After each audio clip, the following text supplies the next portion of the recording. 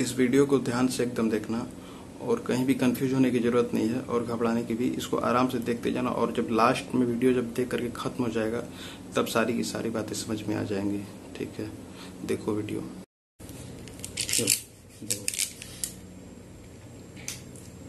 इस वीडियो में हम लोग वर्णों के प्रयत्न के बारे में पढ़ेंगे, वर्णों का अभ्यंतर और बाह्य प्रयत्न।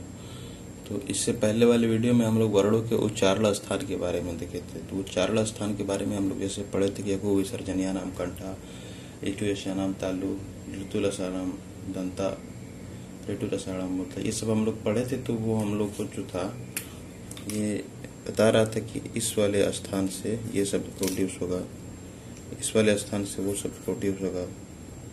ठीक है, तो ये डिपार्टमेंट बता रहा था। लेकिन हम लोग को अब यहाँ से ये पढ़ना है जैसे कि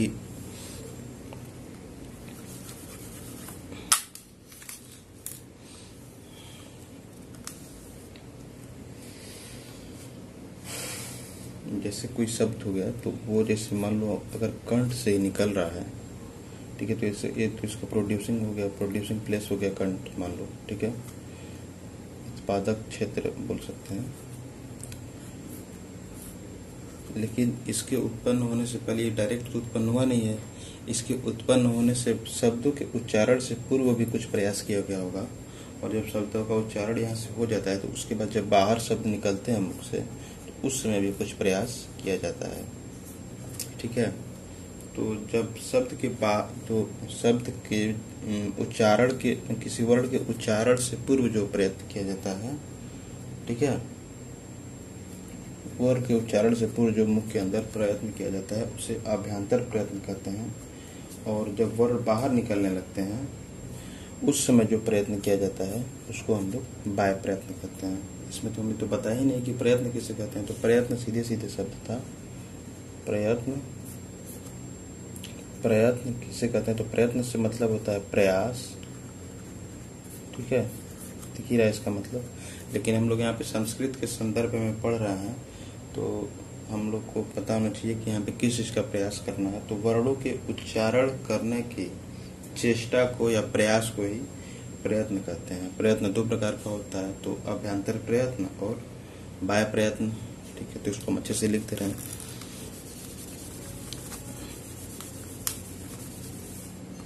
ठीक है, तो प्रयत्न,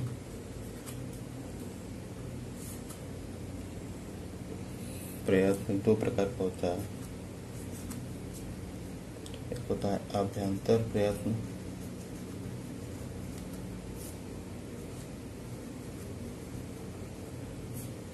एक होता है बाह्य प्रयत्न।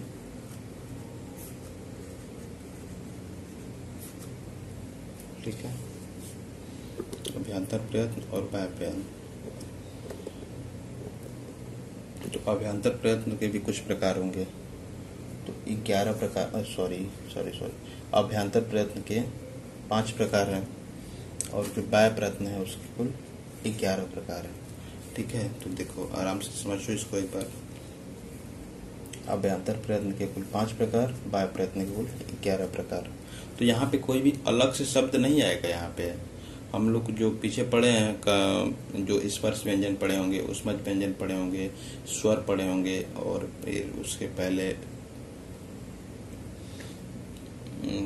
जिस सब पढ़े होंगे अंतस्थ व्यंजन सब दुनिया भर का पढ़े होंगे। तो उन्हीं वर्णों के ऊपर ही बात करनी है। तो जैसे जो डिपार्टमेंट था हमारा यहाँ पे, ये जो मान लो ये शब्द, ये तो मान लो प्रोड्यूसिंग प्लेस हो गया। तो ये जो इसके अंदर से हम लोग को उत्पन्न कर रहा था,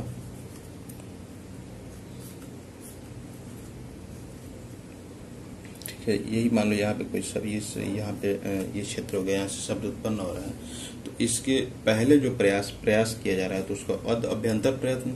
तो इसके बाद में जो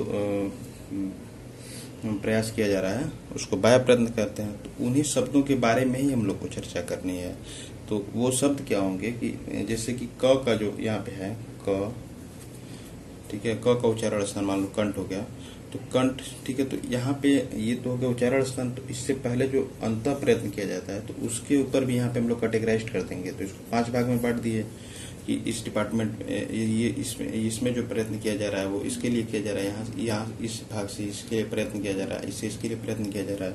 उसी तरह इधर भी हम लोग 11 भाग में बांट दिए। ये शब्द के उच्चारण होने से पूर्व और शब्द के उच्चारण होने के समाप्ति की ओर जब रहेगा ये तब, ठीक है। शब्द के उच्चारण होने की प्रारंभिक अवस्था में ये और इस समाप्ति की अवस्था में ये। इसको हम लोग, इसमें भी वही सब शब्द रहेंगे। परीक्षा में ऐसे पूछता है जैसे कि इसका हम लोग पांचों का पहले नाम लिखें।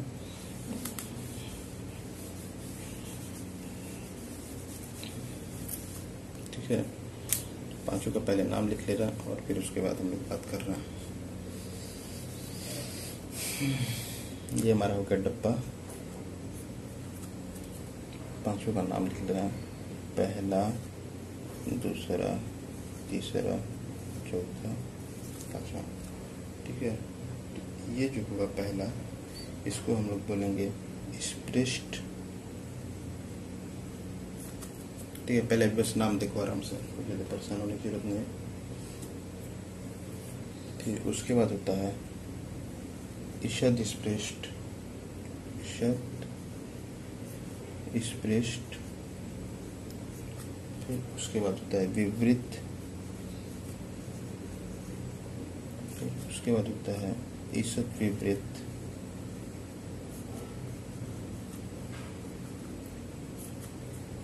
फिर उसके बाद होता है समृद्ध। ठीक है, ये तो 5 भाग में हो गया। ठीक है, ये हमारा हो गया आभ्यंतर प्रयत्न, आभ्यंतर। फिर उसके बाद इधर हम लोग का हो जाएगा, उसी तरह से हम लोग इसको कैटेगराइज कर देंगे। इधर हो जाएगा बाह्य प्रयत्न, बाह्य प्रयत्न। तो ये 11 हो जाएंगे, 1 2 3 4 5 6 7 8 9 10 11। ठीक है, तो हम लोग 11 का नाम लिख लेंगे।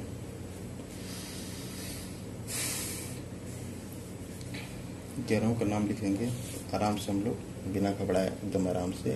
विवार, संवार, श्वास, नाद, घोष, अघोष। यहाँ पे घोष को सघोष भी बोलते हैं। ठीक है, सघोष। और फिर उसके बाद 7वां जो है अल्प प्राण। फिर उसके बाद महाप्राण। फिर उसके बाद उदात्त, उदात्त, दात्त। फिर उसके बाद अनुदात्त। फिर उसके बाद स्वरित। ठीक है, तो अभ्यंतर प्रयत्न जो होते हैं वो 5 होते हैं और बाह्य प्रयत्न जो होते हैं वो स्वरित होते हैं। तो इसके बारे में हम लोग को थोड़ी थोड़ी पता चल गई होगी। इसको बस आराम से देखो, अंतिम में PDF इसमें इसी में बुक से अटैच करा देंगे, उसको समझ लेना बाद में। ठीक है, तो नोट करने में उससे आसानी होगी, कोई परेशान होने की बहुत ज़्यादा जरूरत नहीं है। फिर उसके बाद जो है अब हम लोग धीरे धीरे पहले अभ्यंतर प्रयत्न वालों को सारे को एक्सप्लेन करेंगे। फिर उसके बाद बाह्य प्रयत्न वाले के सारे को हम लोग एक्सप्लेन कर देंगे। तो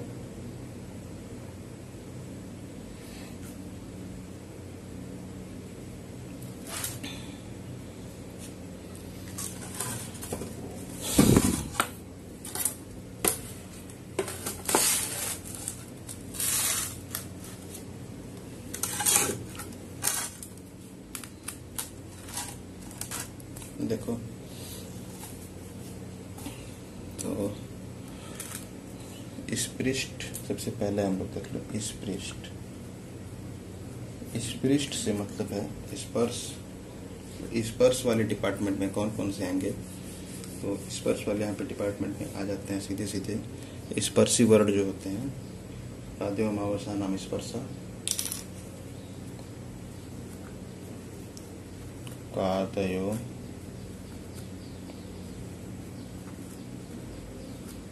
मावसानाम, मावसानाम, स्पर्शा। ठीक है, परीक्षा में इस तरह पूछ देगा, स्पर्श स्पृष्ट दे देगा, इससे संबंधित जो विकल्प रहेगा उसमें से हम लोग को छांटना रहेगा। तो सीधे सीधे जो स्पृष्ट प्रयत्न होता है ये किसके लिए होता है? तो कादयो मावसानम स्पर्शा, जो स्पर्शी वर्ण होते हैं उनके लिए होता है। जैसे कादयो जो क से आरंभ हो और म से जिसका अवसान हो जाए, समाप्ति हो जाए, वही हमारे स्पर्शी वर्ण है। और स्पृष्ट प्रयत्न जो होता है वो स्पर्शी वर्णों के लिए ही होता है। ठीक है, फिर उसके बाद जो आता है ईषद स्पृष्ट।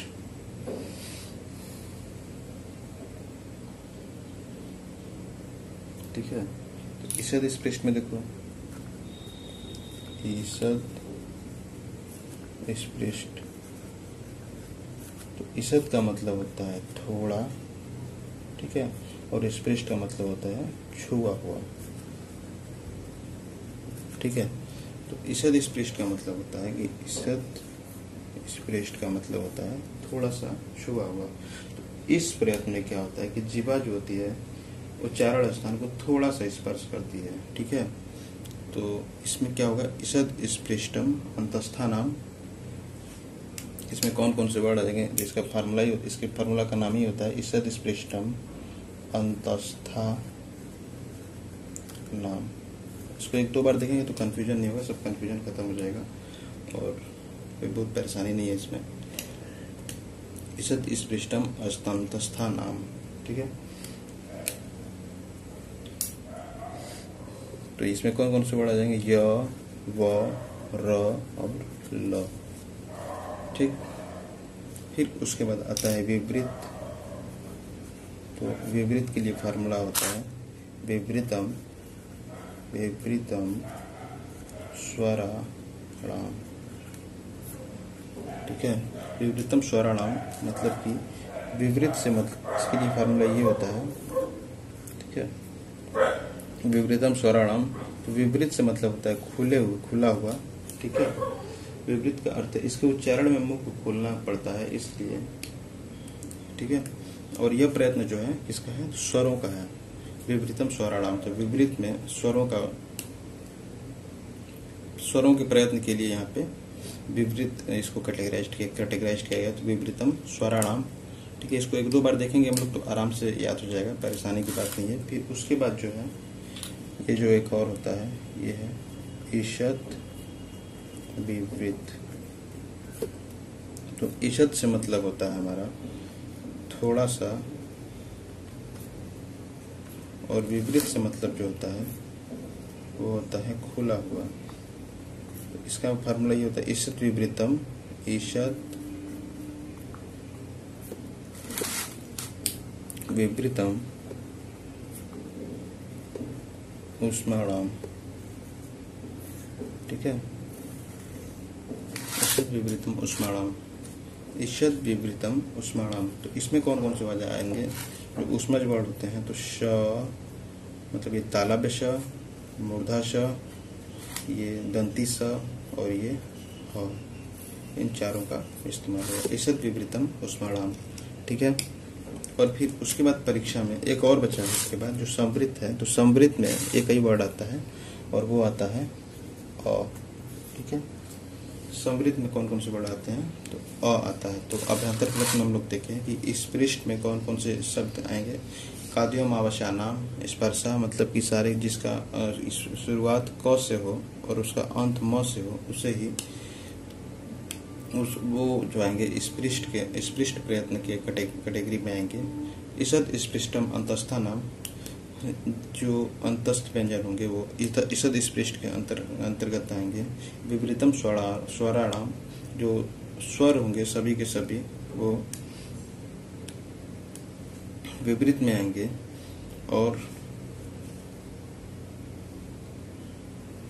जो ईषद विवृतम ऊष्माणाम, जो सारे के सारे जो ये ऊष्मज वर्ड हैं स तालव्य श, मूर्धा श, दंती श और ह, ये जो है ईषद विवृत के अंतर्गत आएंगे।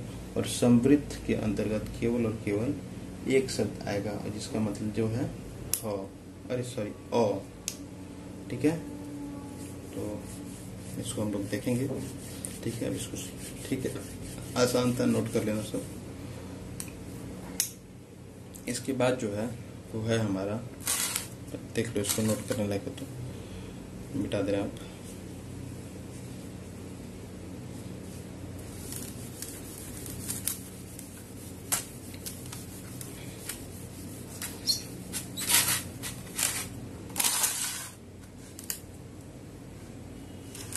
इसके बाद हम लोग जो है पढ़ेंगे बाह्य प्रयत्न के बारे में। तो बाह्य प्रयत्न के बारे में यहाँ पे जैसे हम लोग अगर ध्यान से देख रहे होंगे तो ये जो है ये यहाँ पर जोड़े के रूप में दिया होगा। जैसे देखो यहाँ पे इसलिए जो दिया हुआ है ना विवार, विवार का अपोजिट जैसे समवार, ठीक है, विवार और समवार एक दूसरे के अपोजिट होगा। फिर उसके बाद जो है दिया हुआ है श्वास और नाद, यहाँ पे अपोजिट वाला हो जाएगा, ये पेयरिंग में होगा। फिर उसके बाद घोष या फिर घोष और अघोष, यहाँ पे पेयरिंग में हो गया। फिर उसके बाद अल्प प्राण और महाप्राण, तो यहाँ पे कैटेगराइज्ड हो गया, कुछ शब्द यहाँ पे कैटेगराइज्ड होंगे, फिर यहाँ पर होंगे तो यहाँ पर होंगे ये। फिर ये उदात, अनुदात और स्वरित, ये तीनों एक तरफ। ठीक है, तो बाह्य प्रयत्न में है, इसमें भी इसमें कैटेगराइज्ड किया गया है। तो इसमें मुख्य शब्द जो बाहर निकलते हैं वर्ण उच्चारण के, तो उसमें जो इसकी डिपार्टमेंट है उसमें दिखा जा रहा है। तो हो सकता है कि देखते हैं,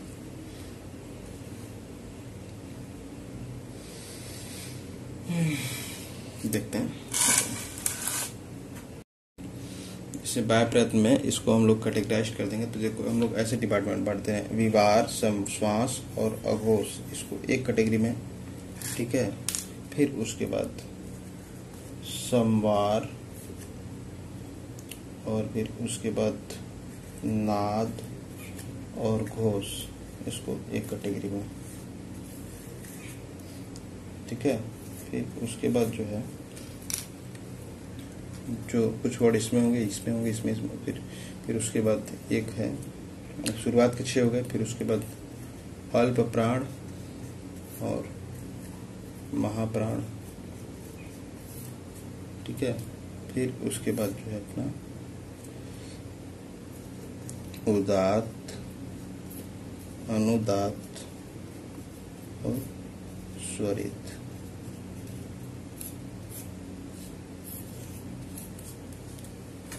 उदात, अनुदात और स्वरित। ठीक है, तो देखो आराम से, थोड़ी सी उसमें। ठीक है, तो इसके लिए एक फार्मूला होता है, इसमें बताया भी क्या है।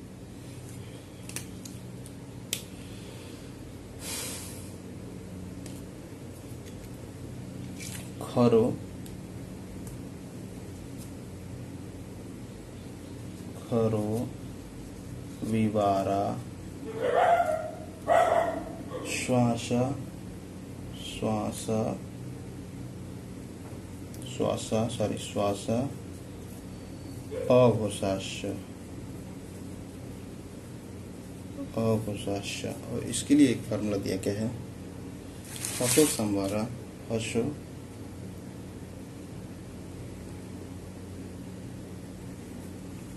हसो संवारा, नादा, घोषाश च।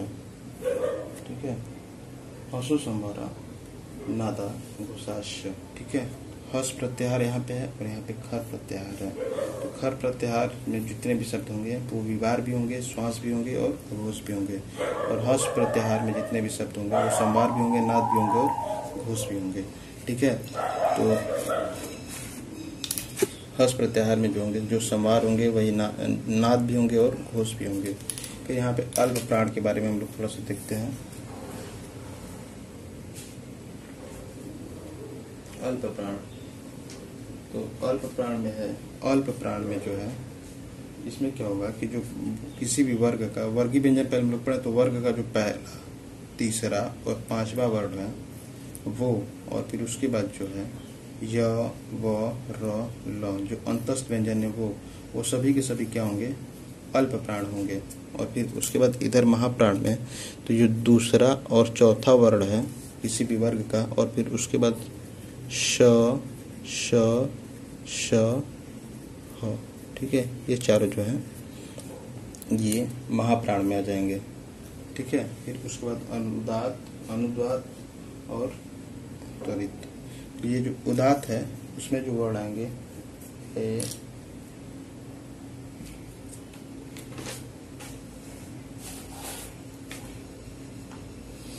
उदात और अनुदात, और फिर उसके बाद जो है स्वरित। मुख के ऊपर वाले भाग से, ठीक है, तो इसको देखो पहले, उदात अनुदात और स्वरित, ये तीन है। उदात में जो है हम बोल सकते हैं जो भी हमारे जैसे जो दीर्घ स्वर वाले डिपार्टमेंट में रहेंगे, जैसे आ, बड़ी ई, बड़ा ऊ, दीर्घ वही बड़ी री या फिर दीर्घ री, फिर ए ओ औ, ये सब इसमें चले जाएंगे। और अनुदात में जो है वो ह्रस्व स्वर वाले जो है जैसे अ ई उ री री, ये सब। और जो स्वरित हैं इसमें कम्प्लीटली ये सारे जितने भी इसमें आ रहे हैं इस सब के सब इसमें स्वरित में चले जाएंगे। अर्थात हम बोल सकते हैं कि स्वरित में सारे के सारे शब्द आ जाएंगे। तो इसको एक बार हम लोग एक्सप्लेन करते हैं फिर से। ये जो विवार है, विवार क्या है, विवार किसको कहते हैं, तो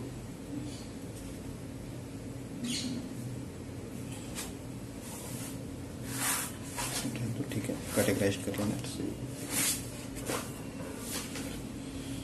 विवार जिन वर्णों के उच्चारण स्थान में मुख विवर का विस्तार होता है उसे विवार की संज्ञा देते हैं,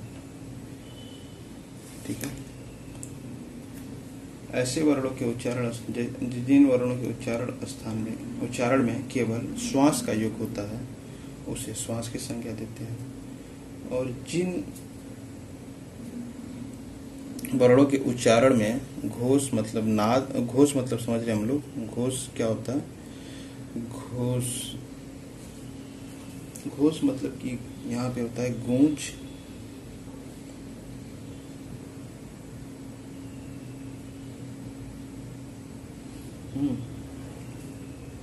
यहाँ पे गूंज नहीं उत्पन्न होती है, अघोष, उसे ही हम लोग इसलिए इसको अघोष बोल देते हैं। और यहाँ पे संवार, संवार यहाँ पे मुख विवर खुला रहता है और इसमें विस्तार होता है, और संवार में इसका संकुचन होता है। नाद में ध्वनि, इन वर्णों में ध्वनि का योग होता है, अतः ये नाद होते हैं। और घोष ऐसे वर्ण, इसमें स्वर तंत्रिकाओं में यहाँ पे गूंज उत्पन्न होगी, इसलिए ये अघोष होंगे, सॉरी घोष होंगे। फिर उसके बाद है अल्प प्राण और महाप्राण। तो अल्प प्राण जिन वर्णों के उच्चारण स्थान में कम वायु का निष्कासन होता है मुख से उसे अल्प प्राण कहते हैं, और जिन वर्णों के उच्चारण स्थान में अधिक वायु का निष्कासन होता है उसे हम लोग महाप्राण कहते हैं। फिर उसके बाद उदात अनुदात और स्वरित, ठीक है।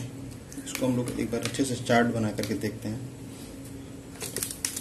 सब उसी में सब फिर बहुत ज़्यादा हो गया होगा, दिमाग से क्या होगा उसी में से मिल गया होगा, इसलिए हम इसको कैटेगराइज करते हैं पहले, ठीक है। अब हम लोग क्या करेंगे कि इसमें शब्दों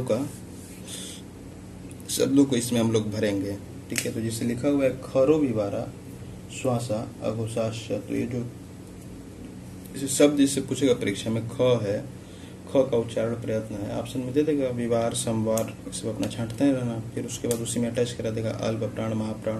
तो हो सकता है कि ख का उच्चारण स्थान यहाँ पर भी हो, अरे उच्चारण प्रयत्न यहाँ पर भी हो और यहाँ पर भी हो, ठीक है। तो उसमें हम लोग को कैटेगराइज करना पड़ेगा, ऑप्शन में 1 और 2 दोनों आना पड़ जाएगा। इसको हम लोग देखते हैं ध्यान से पहले, तो देखो पहले अच्छे से। खर में कौन कौन से खर प्रत्याहार में कौन कौन से वर्ड आएंगे, तो कौन कौन से वर्ड आएंगे, तो ख, फ, छ, ठ, थ, श, ट, त, ख प छठ चट तव। उसके बाद ये वो नहीं होगा ना। फिर उसके बाद क, प, जो भी नहीं होगा। फिर उसके बाद स, श, स, ठीक है। ख प छ ठ च ट त, क प य क प श श श। तो इसको हम लोग इसको ये है ना, इसको हम लोग इस तरह से भी अगर लिखें, अगर इसको ध्यान से, तो इसको अगर ध्यान से देखना तो ये ख, यहाँ पे देखिए यहाँ से ये क, ये ख, ये च और ये छ, फिर उसके बाद ये ट, फिर उसके बाद ये ठ, फिर उसके बाद ये त, फिर उसके बाद ये थ। ठीक है, च मतलब क ख, ठीक है, क ख, फिर उसके बाद च छ ट ठ त थ, फिर उसके बाद प्लस श स स। ठीक, इसको ध्यान से देखना, 1 और 2 प्लस स स और स, ये तीनों है। ये तालव्य श, मूर्धा श और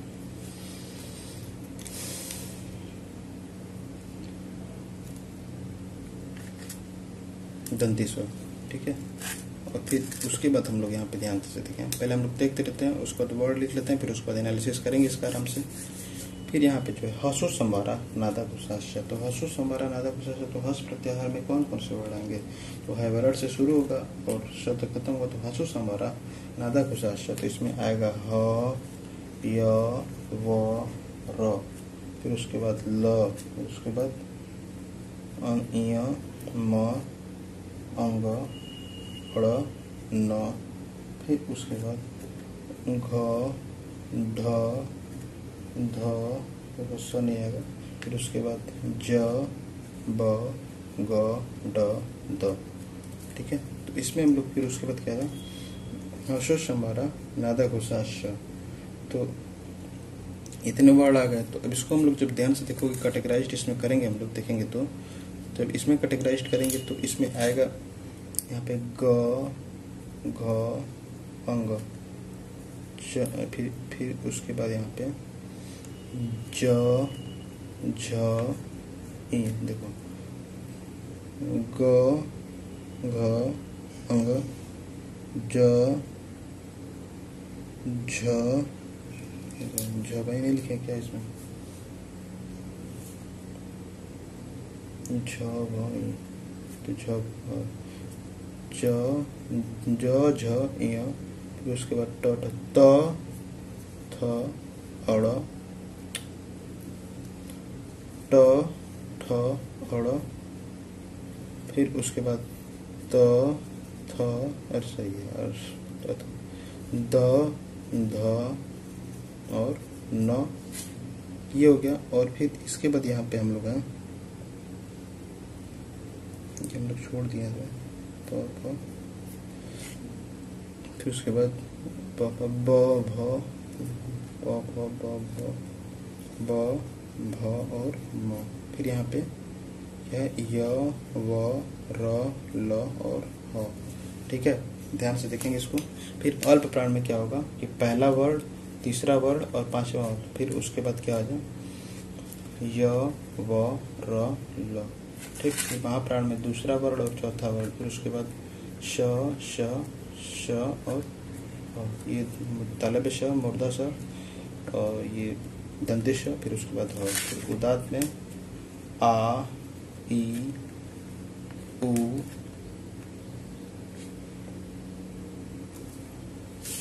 फिर उसके बाद दीर्घ ई,